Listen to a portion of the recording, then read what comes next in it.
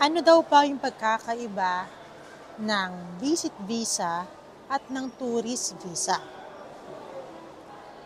Ang tourist visa ay 30 days visa dito sa UAE. While ang visit visa ay 60 days visa. And yes, we also have a leisure visa which is 90 days. Lahat ng ito will serve the same purpose. Ang pagkakaiba lang nila ay ang tagal ng pag-i-stay nyo dito sa UAE. Kaya kung nais nyo lamang bumisita dito sa UAE, ay sapat na yung 30 days. Murang-mura pa dito sa Yes Pinoy Pro. At in case you need, magsabi lang kayo sa amin. Simple lang ang mga requirements. Picture with white background at passport copy mo at ng